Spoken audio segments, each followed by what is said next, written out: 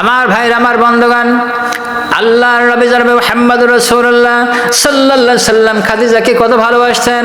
আমার বন্ধুগণ, হযরত আয়েশা সিদ্দিকা রাদিয়াল্লাহু তাআলা আনহা বলতেছেন যে এক রাত্রে আল্লাহর নবী জনাব মুহাম্মদুর রাসূলুল্লাহ সাল্লাল্লাহু আলাইহি সাল্লাম আমার কাছে শোয়া ছিল।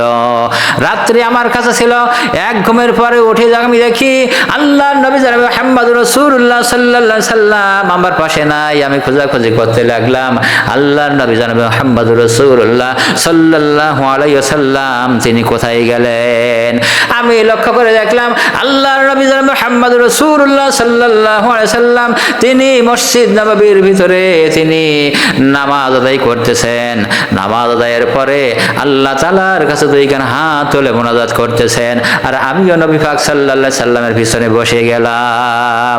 এক পর্যায়ে হযরত আয়েশা সিদ্দিকা রাদিয়াল্লাহু তাআলা আনহা বলছেন, এক পর্যায়ে আল্লাহর নবী দোয়া করতে করতে এমন পর্যায়ে চলে গেলেন, বললেন, আয় আল্লাহ তাআলা, কিয়ামতের ময়দানে যখন ছেলে তার পিতাকে ভুলে যাবে, পিতা তার ছেলেকে ভুলে যাবে, মা তার সন্তানকে ভুলে যাবে, সন্তান মাকে ভুলে যাবে, ওই কঠিন রোজ মাহশারের ময়দানে আমি জানি আমার খাদিজাকে হারাইয়া না যাই।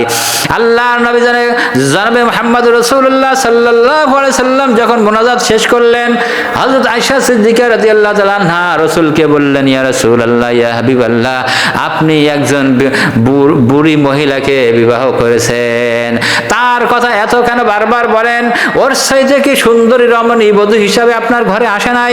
আল্লাহর নবী জনাবে মুহাম্মদুর রাসূলুল্লাহ সাল্লাল্লাহু আলাইহি সাল্লামের কথা শোনা মাত্র আল্লাহর নবী বললেন, আয়েশা, খাদিজা সম্পর্কে কখনো এরকম কথা আর বলবা না, বলবা না, বলবা না। তার কারণ হলো তোমরা সবাই আমার সুখের সময় স্ত্রী, আর হযরত খাদিজা রাদিয়াল্লাহু তাআলা আনহা আমার ওই সময় স্ত্রী। যখন তা মক্কা নগরে আশ্রয় দেওয়ার মতন আমাকে আশ্রয় দেবে এমন কোন লোক ছিল না। ওই সময় হযরত খাদিজা আমার আশ্রয় দিয়েছিল। তিনি সব কষ্টের সময় আমার স্ত্রী হযরত খাদিজা।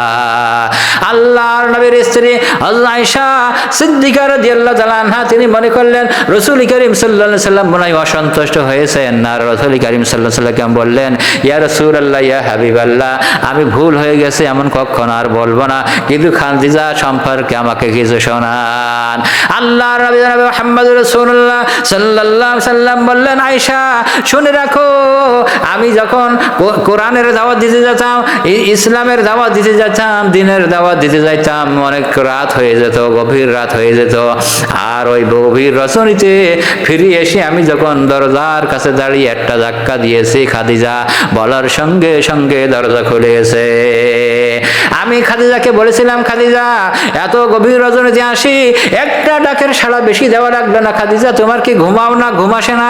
হযরত খাদিজা বলেছিলেন, ইয়া রাসূলুল্লাহ, আল্লাহর নবী খাইয়া না খাইয়া কত কষ্ট করে দুয়ারে দুয়ারে মানুষের দুয়ারে দাওয়াত দিতে গিয়েছেন, আর আমি যদি আরাম করে বিছানার ভিতরে ঘুমাই যাই, আর নবীজি যদি এসে আমার দরজার কাছে খাদিজা খাদিজা বলে ডাকাডাকি করে, আমরা যদি উঠতে দেরি হয়ে যায়, নবীজির সঙ্গে বিয়াদবি হয়ে যাবে, এই মনে করে আমি বিছানায় ঘুমাই না, দরজার সঙ্গে পিঠ লাগাইয়া ঘুমাই। যেরকম সুবহানাল্লাহ।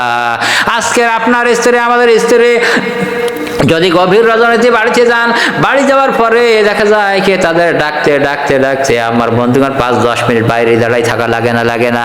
এরপরেও আপনি যখন ঘরের ভিতরে ঢুকবেন, খানাটা বলবে তোমার টেবিলের পরে, ডাইনিং টেবিলের পরে খাবার দেওয়া আছে, ঘুম থেকে আর ওঠে না, ওই বিছানায় শুয়ে থাকে আমার স্ত্রী আছে না নাই? তাহলে আল্লাহর নবী জনাবে মুহাম্মদুর রাসূলুল্লাহ সাল্লাল্লাহু আলাইহি সাল্লাম থেকে আমাদের আদর্শ নিতে হবে, শিক্ষা নিতে হবে। স্বামীর যে হক আদায় করেছে, স্ত্রীর হক আদায় করেছে, আর স্বামী রাসূল করিম সাল্লাল্লাহু আলাইহি ওয়াসাল্লাম স্বামী হিসাবে স্ত্রীদের হক আদায় করেছে, আর স্ত্রীরাও স্বামীর হক আদায়, স্ত্রীরাও স্বামীর হক আদায় করেছে। তাহলে আমাদেরকেও ঠিক রাসূল করিম সাল্লাল্লাহু আলাইহি ওয়াসাল্লাম অনুসরণ করা লাগবে না?